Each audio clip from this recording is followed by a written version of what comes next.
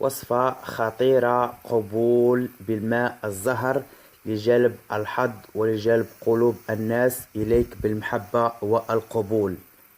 سوف نحتاج في هذه الوصفة قنينة أو قرعة أو قارورة ديال الماء الزهر. إذا كنتوا تشوفوا معي أحبابي الأعزاء، ماء معطر الزهر، يعني نحتاج قارورة أو قنينة أو قرعة ديال الماء الزهر. السلام عليكم ورحمة الله وبركاته. مشاهدينا الكرام، مرحبا بكم في قناة المعالج رياض. نتمنى تشتركوا في القناة وتضغطوا على زر الجرس باش توصلوا بكل جديد، فضلا منكم وليس أمرا. كيف ما ذكرت لكم أعزائي الأفاضل، هاد الوصفة بالناس اللي ما عندهمش الحظ، الناس اللي ما عندهمش قبول، الناس اللي ما عندهمش المحبة مع الناس. كذلك عندك عرس، عندك حفلة، عندك ريحة مع الحبيب أو الزوج أو مع عائلة زوجك، يعني ما يقبلوكش أو ما عندكش معهم محبة. كذلك الزوج يستعملها لحبيباتهم. كذلك النساء أو بصفة الرجال، عندكم مقابلة عمل، عندكم أوراق في الإدارة، عندكم أوراق في السفارة، رايحين إلى حفلات، أعراس، مناسبات، خارجين إلى الشارع، جالسين في البيت، أن تستعملوا هذه الوصفة لكي ترجعوا منورين مقبولين، والكل من يشوفكم يحمق عليكم ويتمناكم فقط بقنينة ديال الماء الزهر. هذه الوصفة أعزائي الأفاضل كان نستعملها اليوم الجمعة واليوم الخميس واليوم الاثنين، يعني لكم الاختيار. كنستعملوها مرة واحدة، يعني نشترو قنينة ونعملوها مرة واحدة. غادي نشريو قنينة ديال الماء الزهر من عند البقال، ومن الأحسن يكون بابه يشوف إلى القبلة، يعني الشخص اللي نشرو من عنده قنينة ديال الماء الزهر لازم أن يشوف إلى بابه إلى القبلة. نقوم بأعطيه مثلا فلوس، قل لي أخي أعطيني قارورة ديال الماء الزهر، ولكن لا تسألوا عن الثمن كما نقص لي لا كتير، لا، أعطيه فلوس، قل لي أخي أعطيني شحال ما كانت يعني القنينة، اشتروها بدون كلام وبدون مشاطرة على الثمن، لأن لكي تنجح لكم الوصفة.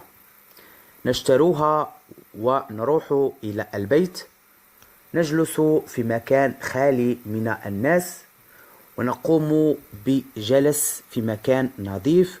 وحتى الإنسان اللي يستعمل هذه الوصفة لازم أن يكون نظيف، يعني ما فيه لا عادة شهرية ولا جنابة، أن يكون على طهارة لكي تنجح لكم الوصفة. والمكان اللي نجلس فيه حتى هو يكون نظيف، ونقوم بجلس ونحن نشوف إلى القبلة، وأمامنا قارورة ديال الماء الزهر.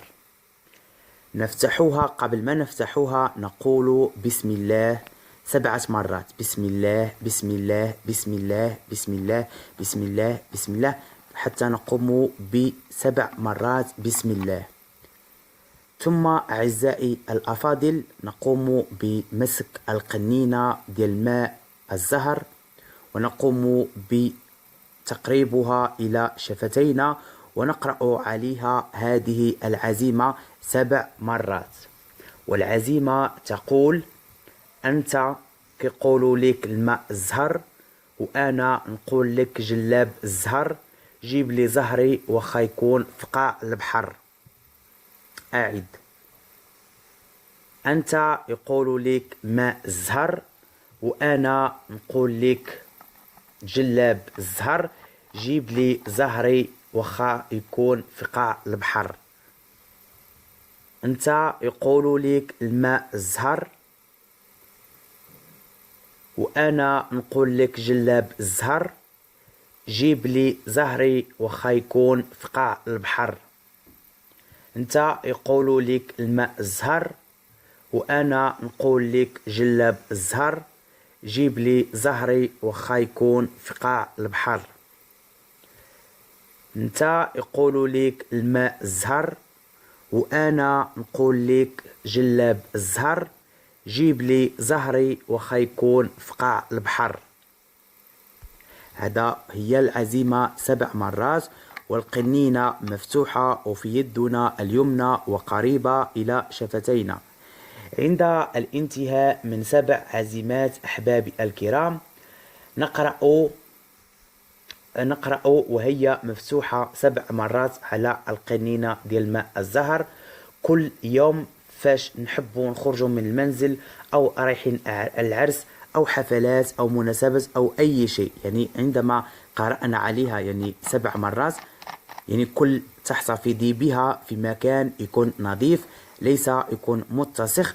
عندما ما نقوم بخروج من المنزل نجلب قطن، يعني نجلب يعني هذا الشكل أو في إناء أو في صحن، ونجلب قطن ونقوم بوضعه فوق الوجه، يعني على الوجه وعلى يدك كذلك على الشكل بالقطن. نحن نضع القطن فوق الوجه أو فوق اليدين، ونحن كذلك نقول هد العزيمة 7 مرات. يعني العزيمة الأولى ديال أنت يقول لك الماء الزهر، وأنا نقول لك جلاب الزهر، جيب لي زهري وخا يكون في قاع البحر. هذه العزيمة الأولى، والقنينة مفتوحة، يعني نحتفظ مكان يكون يعني طاهر. لما نقوم بإخراج يعني خروجنا من المنزل نجلب قطن ونقوم بوضعه فوق الوجه، ونحن نردد العزيمة الثانية ديال عندما ما نقوم خروج إلى الشارع. نحن ندهن الوجه أو نضع القطن فوق اليدين، ونحن نقول هد العزيمة 7 مرات كذلك.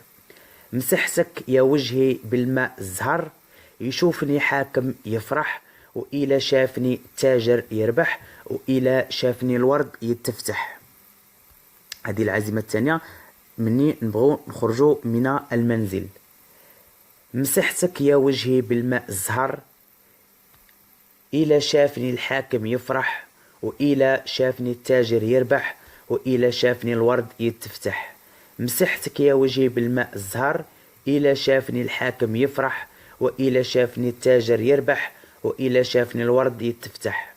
مسحتك يا وجهي بالماء الزهر، إلى شافني الحاكم يفرح، وإلى شافني التاجر يربح، وإلى شافني الورد يتفتح.